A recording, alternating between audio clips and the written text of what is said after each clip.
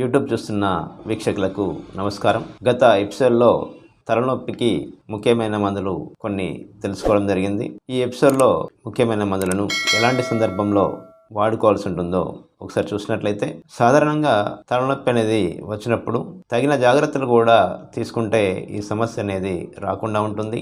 ముఖ్యంగా out side ఫుడ్ను avoid చేయడం అనేది చాలా ముఖ్యం. అలాగే తీవ్రమైన మానసిక ఒత్తిడిని నివారించుకోవడానికి ప్రతిరోజు వ్యాయామం అనేది చేయడం తప్పనిసరిగా భావించాలి. అలాగే మానసిక ఒత్తిడిని నివారించుకోవడానికి మెడిటేషన్, యోగా లాంటివి కూడా చేయడం వల్ల ఈ యొక్క తలనొప్పి తీవ్రత అనేది తగ్గుతూ ఉంటుంది. అలాగే మొబైల్స్ కానీ, ల్యాప్టాప్స్ కానీ, కంప్యూటర్స్ కానీ తదేకంగా చూడకుండా మధ్య మధ్యలో రెస్ట్ ఇవ్వడం అనేది తప్పనిసరిగా భావించుకోవాలి. అలాగే నీళ్లు కూడా ఎక్కువగా తీసుకోవడం చేస్తూ ఉండాలి. కనీసం రోజుకు 2 నుంచి 3 లీటర్ల నీళ్లు తాగడం అనేది చేయడం చాలా అవసరం. ఇలా కొన్ని ప్రధాన జాగ్రత్తలు తీసుకుంటూ హోమియో మందులను వాడుకుంటే ఈ యొక్క సమస్య అనేది చాలా త్వరగా తగ్గుముఖం పడుతుంది. ఇప్పుడు మరికొన్ని ముఖ్యమైన హోమియో మందుల గురించి తెలుసుకుందాం. హోమియో మందులను ప్రధానంగా మానసిక లక్షణాలు, అలాగే శారీరక లక్షణాలను, అలాగే వ్యక్తి యొక్క అలవాట్లను దృష్టిలో ఉంచుకొని మందుల ఎంపిక అనేది జరుగుతూ ఉంటుంది. ఇలా ఎంపిక చేసుకొని మందులు వాడినప్పుడే ఈ యొక్క మందులు సక్రమంగా పనిచేసి వ్యాధిని నివారించడంలో తోడ్పడుతుంటాయి. ఈ యొక్క ముఖ్యమైన మందులలో మొదటగా శైలిష అనే మందును చూసినట్లయితే, ఈ శైలిష మందులో తలనొప్పి అనేది తల యొక్క వెనుక భాగంలో ప్రారంభమై తల యొక్క ముందు వైపుకు వచ్చి కుడి సైడు కన్ను పైన ఎక్కువగా ఉంటుంది. ఇలాంటి లక్షణాన్ని ఈ యొక్క శైలిష మందులో చూడవచ్చును. అలాగే వీరికి చెమటలు పాదాలలో, అరచేతులలో కూడా ఎక్కువగా వస్తుంటాయి. వీరి యొక్క మానసిక లక్షణాలు గమనించినట్లయితే వీరికి ధైర్యం అనేది చాలా తక్కువగా ఉంటుంది. అలాగే నలుగురిలో మాట్లాడడానికి ఇష్టపడరు. ఎవరైనా ఏమన్నా అనుకుంటారని భావించుకొని సైలెంట్గా ఉండిపోవడానికే ప్రయత్నం చేస్తుంటారు. అలాగే ఎవరైతే గంటల తరబడి కంప్యూటర్స్ ముందు కూర్చొని వర్క్స్ చేసేవారికి తలనొప్పి వస్తున్న సందర్భంలో ఈ మందును తప్పక వాడుకోవచ్చును. అలాగే మరి ఒక ముఖ్యమైన మందు స్పైజిలియా. ఈ మందు ఎడమవైపు వచ్చే తలనొప్పికి చాలా బాగా పనిచేస్తుంటుంది. తలనొప్పి అనేది తల వెనుక భాగంలో ప్రారంభమై ఎడమవైపు వచ్చే తలనొప్పులకు ఈ మందు చాలా బాగా పనిచేస్తుంటుంది. వీరికి తలనొప్పి కనుక వచ్చినప్పుడు ఎటువంటి మూమెంట్ చేసినా కూడా, లేదంటే కదిలినా కూడా తలనొప్పి అనేది తీవ్రమై బాధిస్తుంటుంది. ఇలాంటి సందర్భంలో ఎడమ వైపు వచ్చే తలనొప్పులకు స్పైజిలి అనే మందును వాడుకొని ప్రయోజనాన్ని పొందవచ్చును. అలాగే మరి ఒక ముఖ్యమైన మందు క్యాలిబైక్.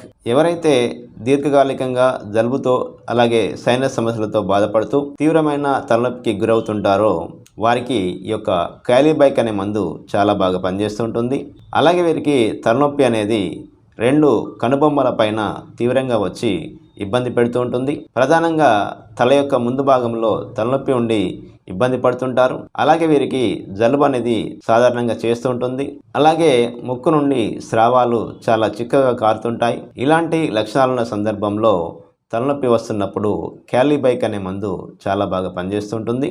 చివరగా మరొక ముఖ్యమైన మందు నైట్రోమోర్.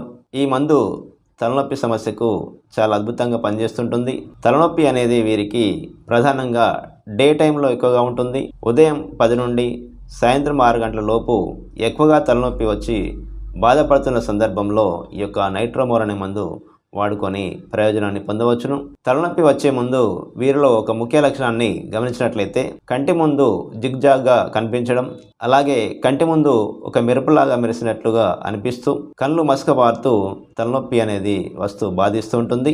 ఇలాంటి సందర్భంలో ఈ యొక్క నైట్రోమోర్ అనే మందు చాలా బాగా పనిచేస్తుంటుంది. వీరికి తలనొప్పి ఎక్కువగా తల యొక్క ముందు భాగంలోనే ఉంటుంది.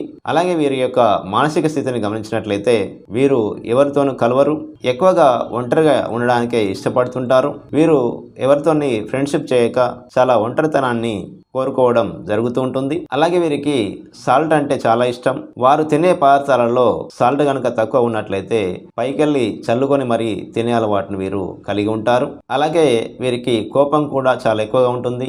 వీరు ఏదైనా బాధలో ఉన్నప్పుడు ఓదార్చుదామని ఎవరైనా ప్రయత్నించినట్లయితే వీరు ఆ ఓదార్పును తట్టుకోలేక మరింత కోపంతో వారి మీద దురుసుగా ప్రవర్తిస్తుంటారు. ఇలాంటి మానసిక లక్షణాలు ఉండి డే టైంలో తలనొప్పి అనేది వస్తూ బాధిస్తున్న సందర్భంలో ఈ యొక్క నైట్రోమోర్ అనే మందును వాడుకొని ప్రయోజనాన్ని పొందవచ్చును. ఇలా హోమియో వైద్యంలో లక్షణాల సముదాయాన్ని బట్టి మందులను ఎంపిక చేసుకొని వాడుకోవాల్సి ఉంటుంది. ఒకవేళ మందు ఎంపిక అనేది సరిగా లేనప్పుడు వ్యాధి నివారణ జరగదు కాబట్టి దగ్గరలో ఉన్న హోమియో డాక్టర్ సలహా మేర గనుక మందులను వాడుకున్నట్లయితే ఈ యొక్క తలనొప్పి సమస్య నుండి త్వరగా బయటపడవచ్చును. మరి యొక్క ఆరోగ్య సమస్య గురించి వచ్చే ఎపిసోడ్లో తెలుసుకునే ప్రయత్నం చేద్దాం. నమస్కారం.